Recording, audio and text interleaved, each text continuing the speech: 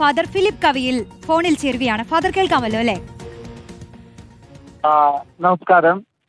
വിദ്യാഭ്യാസ മന്ത്രിയുടെ ഈ വിഷയത്തിലുള്ള പ്രതികരണം അതീവ പ്രതിഷേധാർഹമാണ്. ഞങ്ങൾക്ക് പറയാനുള്ള അദ്ദേഹം വിവേകശൂന്യമായ ഒരു നിലപാടാണ് ഇത് ഇന്നലെ എടുത്തത് എന്നുള്ളതാണ്. ഒരു പ്രശ്നപരിഹാരത്തിന് വേണ്ടി സ്കൂൾ അധികൃതരും മറ്റ് വിഭാഗത്തിലുള്ളവരും എല്ലാവരും കൂടി പരിശ്രമിച്ച് സമാധാനം സംജാതമാക്കിയ ഒരു വിഷയത്തില് വീണ്ടും അസഹിഷ്ണുത ഉണ്ടാക്കുന്ന വിധത്തില് പ്രശ്നങ്ങൾ കുത്തിപ്പൊക്കുന്നത് വിദ്യാഭ്യാസ മന്ത്രിയുടെ വിവേകശൂന്യമായ പ്രസ്താവന മൂലമാണ് എന്ന് പറയേണ്ടി വരുന്നതിൽ ഞങ്ങൾക്ക് ദുഃഖമുണ്ട്. ഈ നാട്ടിലെ സർക്കാരിന്റെ ഭാഗത്ത് നിന്ന്, പ്രത്യേകിച്ച് വിദ്യാഭ്യാസ മന്ത്രിയുടെ ഭാഗത്ത് നിന്ന് ഇത്തരൊരു പ്രസ്താവന ഞങ്ങൾ ഒരിക്കലും പ്രതീക്ഷിച്ചില്ല. ന്യൂനപക്ഷങ്ങളുടെ അവകാശങ്ങൾ ഹനിക്കുവാൻ ആർക്കും അവകാശമില്ല. ഈ സ്കൂളിൽ പഠിക്കുന്ന കുട്ടികള് യൂണിഫോം അണിയണം എന്ന് പറയുമ്പോൾ അതെല്ലാ മതക്കാരെയും തുല്യമായി കാണുന്ന ഭാരതീയ സംസ്കാരത്തിന്റെ ഭാഗം തന്നെയാണ്. കാരണം വിദ്യാർത്ഥികൾ എല്ലാവരും ഹിന്ദുവോ മുസ്ലിമോ ക്രിസ്ത്യനോ എന്ന വേർതിരിവില്ലാതെ തുല്യരായിട്ട് ഇന്ത്യൻ പൗരന്മാരെന്ന നിലയിൽ അവിടെ സമന്മാരായി പഠിക്കുന്ന ഒരു സ്ഥിതിവിശേഷമാണുള്ളത്. അവിടെ ഈ വിദ്യാർത്ഥികൾക്കാണ് ഈ നിയമം ബാധകം. ഒരു പോലീസ് സ്റ്റേഷനിൽ പോയാൽ ആ പോലീസുകാര് ഔദ്യോഗിക കൃത്യനിർവഹണത്തിന്റെ സമയത്ത് അവരുടെ യൂണിഫോമിലായിരിക്കുന്നത് പോലെ, അല്ലെങ്കിൽ ഒരു കോടതിയിൽ പോകുമ്പോൾ കോടതി സമയത്ത് അവിടുത്തെ ബഹുമാനപ്പെട്ട ജഡ്ജിയും അഭിഭാഷകരും അവരുടെ യൂണിഫോമിലായിരിക്കുന്നത് പോലെ തന്നെയാണ് സ്കൂളിൽ കുട്ടികളുമായിരിക്കുന്നത്. നമ്മൾ ഇവിടെ ഈ കാര്യങ്ങൾ മനസ്സിലാക്കാതെ വെറുതെ പ്രശ്നങ്ങൾ ഉണ്ടാക്കാൻ ചിലർ ബോധപൂർവം പരിശ്രമിക്കുന്നു എന്ന് നമ്മൾ മനസ്സിലാക്കേണ്ടിയിരിക്കും. ഈ കഴിഞ്ഞ കാലഘട്ടങ്ങളിൽ ക്രൈസ്തവ വിദ്യാഭ്യാസ സ്ഥാപനങ്ങളെ ടാർഗറ്റ് ചെയ്തുകൊണ്ടുള്ള പ്രവർത്തനങ്ങൾ ചില കുൽസിത മനസ്സുകളിൽ നിന്നുണ്ടാകുന്നത് നമ്മുടെ ഇന്ത്യൻ ഭരണഘടനയ്ക്ക് അനുയോജ്യമാണോ, അല്ലെങ്കിൽ ഇന്ത്യയിലെ സമാധാന അന്തരീക്ഷത്തിന് ചേർന്നാണോ എന്ന് നമ്മൾ ഓരോരുത്തരും പൊതുസമൂഹം ചിന്തിക്കണം. ക്രൈസ്തവ മാനേജ്മെന്റുകളുടെ സ്കൂളിൽ എല്ലാവരെയും തുല്യമായിട്ട് തന്നെയാണ് പരിഗണിക്കുന്നത്.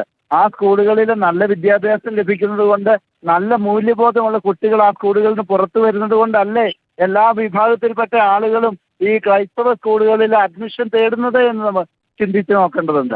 അപ്പൊ അത്തരം സ്കൂളുകളെ നശിപ്പിക്കുന്നതിലൂടെ ഒരു നാടിനെതിരായിട്ടുള്ള പ്രവർത്തനമാണ് നടക്കുന്നത് എന്ന് പറയേണ്ടി വരും. അതുകൊണ്ട് വിദ്യാഭ്യാസ മന്ത്രിക്ക് അല്പമെങ്കിലും വിവേകമുണ്ടെങ്കിൽ അദ്ദേഹം കാണിക്കുന്ന ഇത്തരം പ്രസ്താവനകൾ, ഇത്തരം മനോഭാവങ്ങൾ എന്തുകൊണ്ടാണ് അദ്ദേഹം അത് ചെയ്യുന്നത്, ബോധപൂർവമാണോ എന്ന് ഞങ്ങൾ സംശയിക്കേണ്ടി വരും. ഈ നാട്ടില് അസഹിഷ്ണുത ഉണ്ടാക്കി അതിൽ നിന്ന് നേട്ടം കൊയ്യാനാണ് അദ്ദേഹം ഉദ്ദേശിക്കുന്നതെങ്കിൽ അതിനെ ഞങ്ങൾ ശക്തിയായിട്ട് ചെറുക്കും. കത്തോലിക്ക കോൺഗ്രസിന്റെ ഭാഗത്ത് നിന്ന് അതിനെതിരെ പ്രതികരിക്കുകയും ചെയ്യും. അത് ഞങ്ങൾ വീണ്ടും ആവർത്തിച്ച് പറയാൻ ആഗ്രഹിക്കുകയാണ്.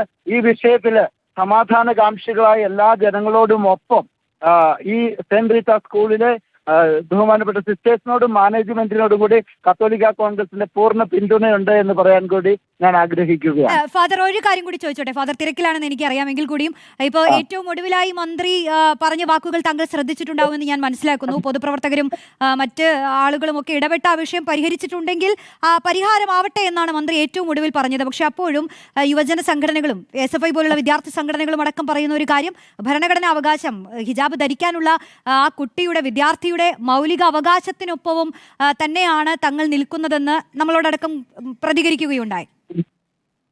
തീർച്ചയായും ആ കുട്ടിയുടെ മൗലിക അവകാശത്തിന് ആരാണ് ഇവിടെ എതിര് നിൽക്കുന്നത്? ഈ കുട്ടി ഈ സ്കൂളിൽ പഠിക്കാൻ സ്വതന്ത്രമായിട്ട് തീരുമാനിച്ചതാണല്ലോ. ആ കുട്ടിയുടെ മാതാപിതാക്കളും ആ കുട്ടിയും എഴുതി ഒപ്പിട്ട് കൊടുത്തതാണ്. ഈ സ്കൂളിന്റെ നിയമങ്ങൾ അനുസരിച്ചാണ് ഇവിടെ പഠിക്കുന്നത് എന്നുള്ള കാര്യം. അത് ഇവിടെ കോടതികൾ പറഞ്ഞിരിക്കുന്നത് പോലെ ആ സ്കൂൾ അധികൃതർക്കാണ് അവിടുത്തെ യൂണിഫോം എപ്രകാരമായിരിക്കണം തീരുമാനിക്കുന്നത്. ഈ കുട്ടിയുടെ മൗലിക അവകാശങ്ങൾക്കൊന്നും അവിടെ തടസ്സം നിൽക്കുന്ന, അപ്പൊ അങ്ങനെയാണെങ്കിൽ ഈ സ്കൂളിന്റെ അവകാശങ്ങൾക്ക് അവരും തടസ്സം നിൽക്കുകയല്ലേ? സ്കൂളിന് പുറത്ത് അവർക്ക് ഏത് വേഷവും ധരിക്കാം, അതിനാർക്കും ഒരു പരാതിയുമില്ല. ഈ സ്കൂളിനകത്ത് തന്നെ അവരുടെ മതത്തിന്റെ ചിഹ്നമായിട്ടുള്ള അവരുടെ പേര് പോലും അവർ ഉപയോഗിക്കുന്നുണ്ട്. അതിനൊന്നും നമുക്ക് ബുദ്ധിമുട്ടില്ല. അപ്പം ഈ ഞങ്ങൾ ഇതിന് എതിരാണെന്ന് പറയുകയാണെങ്കിൽ അവരുടെ മതപരമായ പേരുകൾക്ക് ഞങ്ങൾ എതിരുണ്ടോ? അത് മാറ്റാൻ ഞങ്ങൾ പറഞ്ഞിട്ടുണ്ടോ? അങ്ങനെ പറഞ്ഞിട്ടില്ലല്ലോ. ഈ നാട്ടിലെ എല്ലാ പൗരന്മാരെയും അവരുടെ മതത്തിനനുസരിച്ച് ജീവിക്കാൻ അനുവദിക്കണമെന്നാണ് ഞങ്ങളുടെയും അവകാശം, ഞങ്ങളുടെയും വാദം. പക്ഷേ ഈ സ്കൂളിലുള്ള കുട്ടികളെല്ലാവരും ഒരുപോലെയാണ്. അവർക്കുള്ള നിയമം ഈ നാടിന്റെ നിയമം അനുസരിച്ചാണ്. ഭരണഘടന അനുസരിക്കുന്ന പോലെയുള്ള അവകാശമാണ് അവർക്കുള്ളത്. ഈ കോടതി വിധിക്കെതിരായിട്ടാണ് സത്യത്തിൽ ഈ മന്ത്രി ഇപ്പോൾ പറഞ്ഞിരിക്കുന്നത്. മന്ത്രി പറയുന്നത് കേൾക്കുന്നു, അദ്ദേഹത്തിന്റെ വാക്ക് കേട്ട് കുറെ കുട്ടിക്കിറങ്ങന്മാരെ പോലെ കുറെ സംഘടനാ നേതാക്കൾ ഇറങ്ങുന്നു. അതൊക്കെ ഈ നാടിന് നല്ലതാണോ എന്ന് നമ്മൾ ആലോചിച്ച് നോക്കണം. ഇവിടുത്തെ ഈ കേരളത്തിന്റെ പുരോഗതിയെ പിന്നോട്ടടിക്കുന്ന ആരാണെന്ന് നമ്മൾ വീണ്ടും വിചാരം നടത്തേണ്ടതാണ്. ഒരു കാര്യത്തിനും ഒരു പുരോഗതി ഉണ്ടാകാതിരിക്കാൻ പിന്നോട്ടടിക്കുന്ന പിന്തിരിപ്പൻ നയങ്ങളുമായിട്ട് മുന്നോട്ട് പോകുന്നത് വിദ്യാഭ്യാസ മേഖലയ്ക്കെന്നല്ല, കേരളീയ പൊതുസമൂഹത്തിന്റെ പുരോഗതിക്ക് തന്നെ വിഘാതമാകുമെന്ന് ഞങ്ങൾ ഓർമ്മിപ്പിക്കാൻ ആഗ്രഹിക്കുകയാണ്. ശരി, ഫാദർ ഫിലിപ്പ് കവിയിലാണ് ഈ വിഷയത്തിൽ പ്രതികരിച്ചത്.